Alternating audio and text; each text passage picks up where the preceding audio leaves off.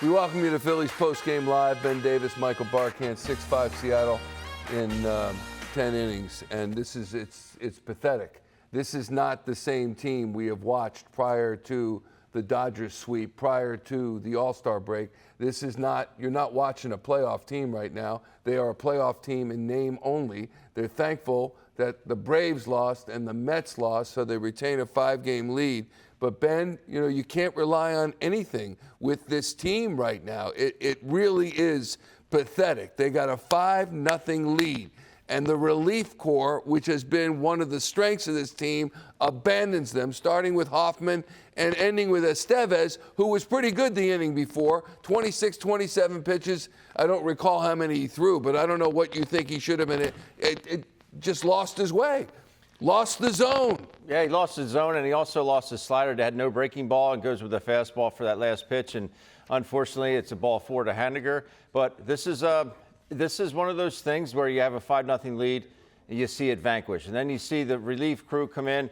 You just can't hit 3 guys, and you also can't walk 6. That is a recipe for disaster, and it came back to bite the Phillies this evening. We're talking about 4 wins, 13 losses since sweeping the Dodgers prior to playing the A's and then the All-Star break. They swept the Dodgers on July 9th, 10th, and 11th. So we're pushing a month of this stuff. We're pushing a month. 13 out of 17 are losses, with Bryce Harper and Trey Turner and Nick Castellanos and Kyle Schwarber and Zach Wheeler and Aaron Nola. And I'm thinking, what is going on here? Yeah, early in the year, they were finding ways to win. And they did that for basically the first 3 months of the season, 4 months of the season. And now, right now, they're finding ways to lose. And you hate to see the fashion in which they are doing so. Yes, you can blame the home plate umpire, Ryan Wills. He missed some pitches there, but he missed a lot of pitches on both sides. And it just seems like it comes back to bite them. And this is just another disappointing loss for the Phillies. No one could have ever predicted this with the good baseball that they had played throughout the course of the majority of the season. And now it's beyond a grind, Mike. Yeah, it's beyond a grind. Let's go out to Seattle, check in with Ruben Amaro Jr., call tonight's game with Tom McCarthy. And Ruben, we talked about 22 games, this stretch of 22 games where the Phillies are playing above 500 competition. What if I'm going to blame the schedule, Ruben? Because they're now 3 wins, 11 losses against these teams that are 500 or better. Maybe it was the schedule. Maybe we misjudged the strength of this Phillies team. What do you think? I just don't think they're playing very good baseball right now. And it's almost anything that could go wrong will go wrong right now. And that's sort of what's happening. They're not doing the things that are necessary to win games. Some of their situational hitting not that great. They got a couple of big 2-out hits today, and that was huge. You know, Bohm came up with a big one, and Marsh came up with a big one as well. But they have not been able to stop the flow in the bullpen. Bullpen's been leaking a lot of oil lately, and you know Ben's right. You just cannot give them free passes. 3 hit by pitches, 3 hit batters. All the walks. You give people, I mean, I've talked about this all the time. You allow teams to get back into the game if you give them free passes.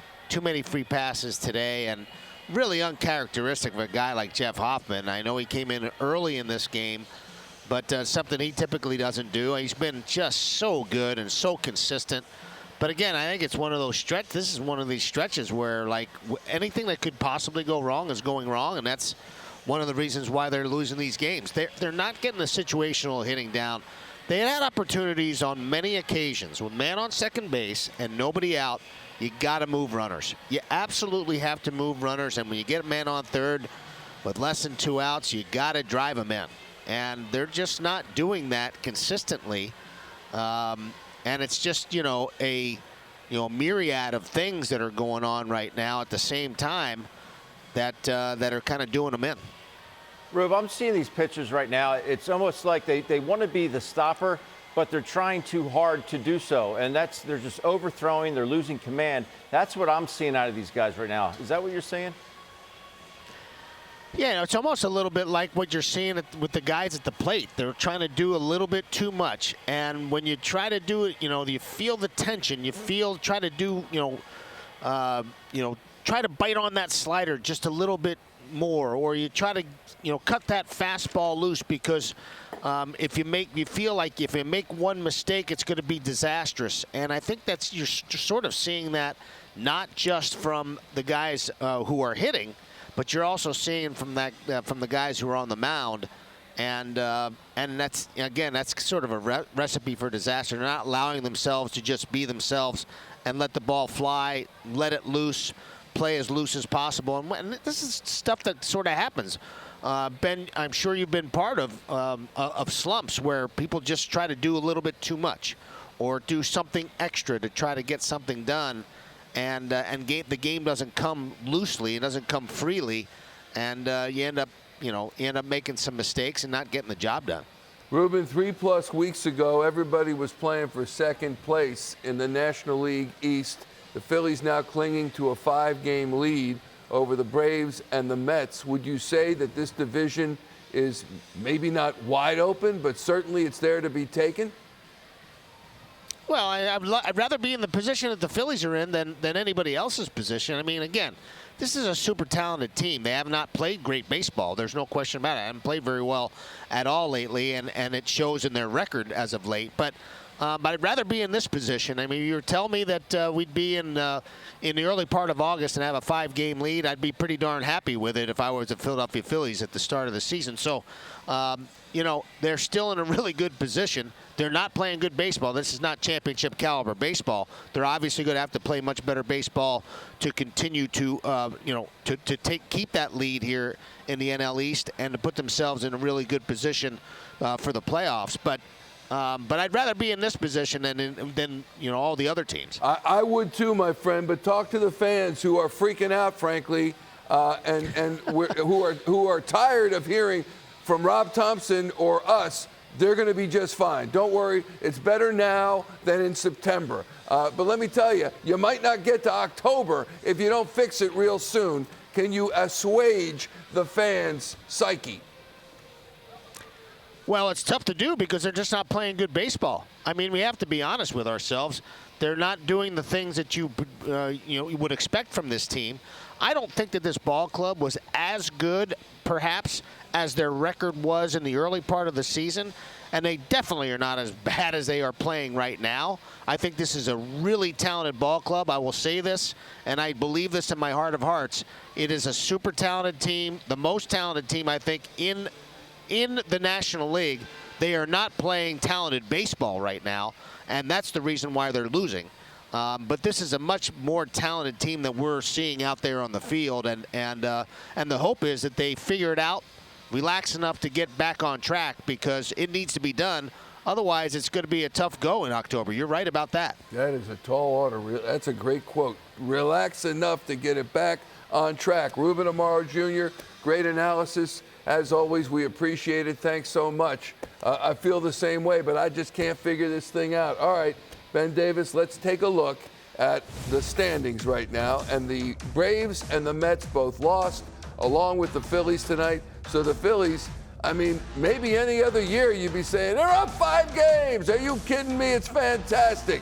But they've lost 6 straight series, let alone 6 straight games. And there are the Mets looming also, who had the best record in baseball since the London series. And you're looking at it and you're saying, well, the Phillies are up 5 games or 20 games over 500. All is great. But unfortunately, that has not been the case, especially since the All-Star break. They've gone into a tailspin. They have to find a way to right the ship. But I will say, this is a perfect situation where I firmly believe, in my heart of hearts, where less has to be more for the Phillies. These guys have to stop trying so hard. I know it's easier said than done, because when things go awry, you start to, well, I have to do this better, I have to do this better. And you work harder and you don't work as smart. So it's addition by subtraction. Take your foot off the gas a little bit. Let the game come naturally to you. Have some fun out there. It is a game. I know you're getting paid millions upon millions of dollars to play said game. But at some point, it has to come back to being fun, being enjoyable. And the more you can do that, the better results you're going to have. And this has to stop. They got to try something different. It's just It's not working. It's clearly not working, Michael. Yeah, but I agree with you. The amount of times they're in 0-2 counts, can they take a pitch? You look at Kyle Schwarber. He takes pitches. He gets on base. Tonight, Bryce Harper was on base 3 times, 2 of which were walks. And I'm thinking, take a look. What do they say in Little League? Good eye, good eye. Take a look at the darn pitch. They also say baseball ready, but that's another time or another topic. I would like to see them be a little bit more selective. That's what they were so good at earlier in the season, the fact that if you're not throwing it exactly where I want it with less than 2 strikes, I'm going to take it. And if they get a pitch to their liking, yes, as I said in the pregame, have at it. If you like it, have at it. If it feels good, do it. But this is not a time and place right now because they're going outside the strike zone.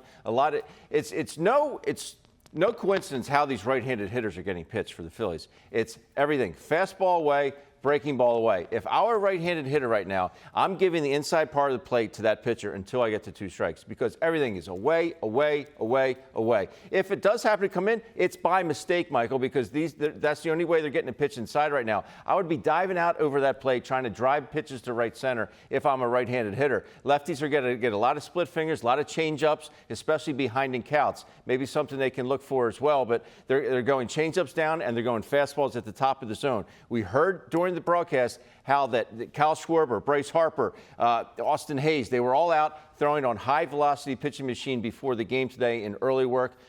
It's not working right now for them. They got to lay off that pitch at the top of the zone because they're not catching up to it. Let's go inside the box score of a 6-5, 10-inning loss by the Phillies at the hands of the Seattle Mariners. Kyle Schwarber, when you look at 1 through 3, heck, you look at 1 through 4 and the 3 Bohm RBI, you're thinking pretty good. You know, and you throw in Marsh 2 for 3 with 2 RBI. You're thinking pretty good. Even with the offers from Real Muto, Castellanos, and Stott, you're thinking, okay, they did enough at the top of the lineup to do. But situationally, Ben, when the chips are down and they need guys to produce in specific situations, that's where they abandon us. Exactly right, and that's what I'm saying. Something needs to change because they're not getting done this way. We saw a tremendous at-bat by Bryce Harper tonight. I think he saw a dozen pitches. I want to say it was a dozen pitches. Hits a double to left center, and Alec Bohm comes up. Alec had a great game. He had a great game. He had 3 RBIs. He had 1 hit, 3 RBIs. But he comes up, hits a ground ball to third base, does not advance Bryce Harper to third base to get there with less than 2 outs. And those are things that need to get done. They need to be cleaned up. All right, big question about the bullpen and the manner in which Rob Thomson uses the bullpen. Had a great tweet from a gentleman to say, hey, it's just like having restaurant chefs. One guy's the dessert guy and you're using him to do the entrees and everyone's out of order and they don't know their specific role and the roles that they're strongest at. Do you want to put Jeff Hoffman in the 6th inning when he usually throws in the 7th or the 8th inning? Do you want to? Now, Alvarado's had trouble, so they're trying to strengthen him psychologically. What do you think of that? Dessert chef, I know. That's chef, your best buddy, me. that's for sure. Me. As he buttons up the next button. I do think there's some credence to that because I don't remember the last time Jeff Hoffman threw the 6th inning, and I don't want to make excuses for him, but he's more used to higher leverage situations. Now, Topper brings him in there because he's going to face the meat of the order for this Mariners ball club. And this Mariners ball club, we've talked about, I know they had a big night last night, but you're looking at some very abysmal numbers, batting average-wise, RBI-wise. There's just not a whole lot of production there. So maybe Jeff Hoffman let his guard down. I'm not making excuses for him, but when was the last time he pitched the 6th inning? He's a high-leverage guy that you're going to see. That's the reason he was an all-star, because that ERA was so minuscule. Coming into big, high-leverage situations, getting the job done. He comes in a 5-0 ball game, different story. I'm sorry, 5-1 at the time. 5-1 at the time. Okay, I'll give you that, but at the same time, and tell me why I'm wrong here if I am, he's in the bullpen like other relievers. Jeff, I need you now. It's a 5-1 game. I got to put you in here. I want to preserve this lead. Do it. And I think you're kind of starting to see the desperation of Rob Thomson and the fact that he put him in that situation, thinking he could go to pretty much anyone else out in that bullpen with a 4-run lead going into that 6th inning. It didn't happen that way, and he gives up 4 runs. But I do think there's something to him. I don't know if it's not being ready physically or not being ready mentally coming in that situation, because there were a lot of ill-advised pitches that he made that were up in the middle of the strike zone. We just haven't seen Jeff Hoffman like that throughout the course of the season. It's a little bit off, but he's a guy that I trust, and I still trust. And lefty, righty, doesn't matter. They're on him tonight. Why'd you like him in the 6th inning there? Just at the top of the order, Okay. going through those right-handers at the top, and I thought we got to the 6th with a 5-1 lead. You feel pretty confident with our bullpen, but our bullpen was a little bit short, and I really didn't want to do 1+s on anybody. So what's your ideal plan there? Let's say Hoffman gets through the 6th unscathed. You trying to go Hoffman, Strom, Alvarado? yeah, just the order we went in. Okay. Yeah. Did you get a look at that 1-2 pitch that Estevez threw? Was that to Haniger there? That looked like a strike. Yeah, I didn't see it yet. It seemed like it the way JT reacted, but. Your bullpen has been really shaky here for the better part of 3 weeks. Are there concerns beyond those 3 weeks that some of these guys don't look as sharp as they have before? Yeah, I think during the course of the year you go through this a little bit, and it gets contagious too. But it comes once you come through it, that gets contagious as well. That group's just too talented for this to continue, and I still have a lot of confidence in the group, the entire group, really. What about the Harper at bats and those pitches? Looks like a couple of them were outside. I didn't see those either, but I heard about it. Yeah. But it was nice to see him have that one at bat. He gets the double in the gap, 350th of his career. That was big hit. And just Real Muto and Castellanos not putting the ball in play in the 10th. Yeah. It's frustrating. frustrating. It is. But they'll be better. If you do get the 11th, like who did you have tonight? We had Marte and Banks as kind of emergency. How comfortable were you pushing Estevez in the 10th? Well, he's done it twice this year where he's gone multiple, or he's gone 2. And I think he had 11 pitches or something after the first inning. So he said he was perfectly fine. I mean, for a while it seemed like for the first 3 months you guys were finding different ways to win. Yeah. Does it feel like you're finding new ways to lose? That's what happens during the course of the year sometimes, But we'll turn around. We'll find ways to win again. Like I said, this group's just too talented.